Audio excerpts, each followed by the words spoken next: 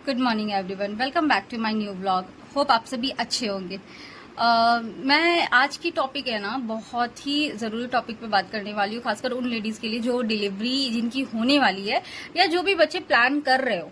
तो प्लीज़ आप ये सब चीज़ें ना बिल्कुल ध्यान में रखिएगा जो आज मैं बताने वाली हूँ, क्योंकि मेरे साथ हो चुका है तो मैं बताना चाह रही हूँ।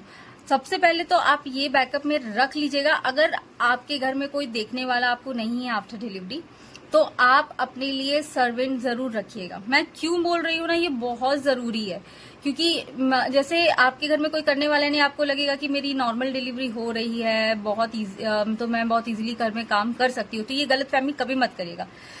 आपको जितना हो सके रेस्ट करना है शुरू के डेज में, चाहे आपका सिजेरियन हुआ हो चाहे आपका नॉर्मल डिलीवरी हुआ हो।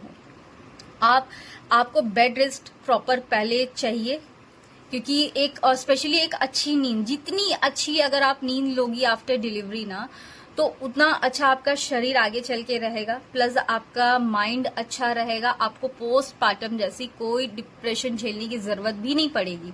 आपका बॉडी हेल्थी रहेगा, आपका माइंड हेल्थी रहेगा। तो सबसे पहले, अगर आपकी कोई देखभाल के लिए नहीं है ना, चाहे आपका सी सेक्शन हो रहा हो चाहे आपकी नॉर्मल डिलीवरी हो रही हो, आप प्लीज रेस्ट करिएगा। तब तक रेस्ट करिएगा। अगर नॉर्मल डिलीवरी है तो आप 1-1.5 महीना तो रेस्ट करिए, 1 महीना रेस्ट करिए काफी है, पर करिएगा जरूर। और जितना हो सके पानी वाली चीजों से बिल्कुल दूर रहिएगा, ठीक है। पानी में जैसे है कि अपने बच्चों के कपड़े धो लिए, किसी क्या है धो लेते हैं 2-4 कपड़ा, नहीं, ये सब मत करिएगा, प्लीज मत करिएगा। यही सोचकर मैंने भी किया था। मेरी 2 नॉर्मल डिलीवरी हुई है और दोनों में मैंने खुद ही किया हुआ है। आज उसका भुगतान मुझे झेलना पड़ रहा है, क्योंकि मैंने जो शुरू में सारे काम उठकर अच्छे से कर लिए, हाँ मैं कर सकती हूँ, कर लिया। आज मैंने रेस्ट नहीं किया बोलकर आज मुझे सीवियर बैक पेन है। मेरी नॉर्मल डिलीवरी है जबकि, तो भी मुझे इतना बुरा बैक पेन होता है ना कि सी सेक्शन वालों को भी शायद इतना बुरा बैक पेन नहीं होता है। मेरे पूरे पीठ ना ब्लॉक हो जाता है जब मैं सोती हूँ ना, ऐसा लगता है कि वो अंदर में ना मुझे कोई जकड़ के रखा हुआ है। और मुझे साइटिका की प्रॉब्लम हो चुकी है, वही बैक पेन मेरे राइट लेग में पूरा फैल चुका है। और मैं ना जब भी चलती हूँ ना, मैं लंगड़ा के या तो चलती हूँ या तो फिर मैं टेढ़ा चलने लगी हूँ, ऐसी मेरी हालत हो चुकी है।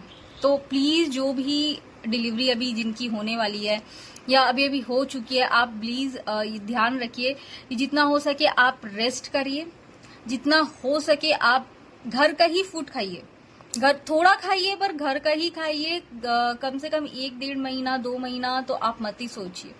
हाँ, ऐसा नहीं है कि बच्चे को प्रॉब्लम होगी, नहीं, ये एक मिथ है कि आपके खाने से बच्चे को डाइजेशन में प्रॉब्लम होगी, बच्चा डाइजेस्ट नहीं कर पाता है, गैस हो जाता है। नहीं, ये डॉक्टर ने कहा है और ये मैंने भी माना है, ऐसा कुछ नहीं होता है।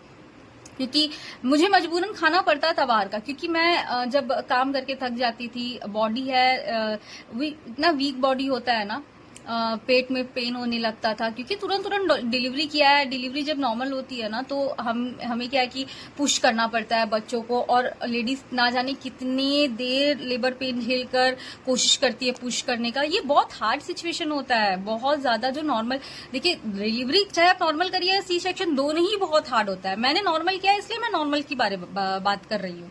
मैं ये नहीं कहती कि सिजेरियन वालों को कोई प्रॉब्लम नहीं, बिल्कुल नहीं, उन्हें भी होता है।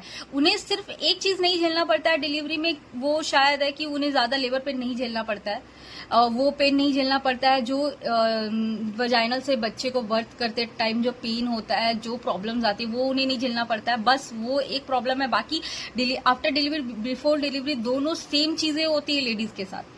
वो बैक पेन और वो उठना बैठना, वो सारी चीजों में बहुत प्रॉब्लम है। नॉर्मल डिलीवरी में भी होती है। जिसको सिजेरियन लगता है कि उठ के चलने में प्रॉब्लम है, नहीं, वो नॉर्मल्स के साथ भी होती है, क्योंकि कट तो वजाइना में भी लगता है ना, हमें भी होती है।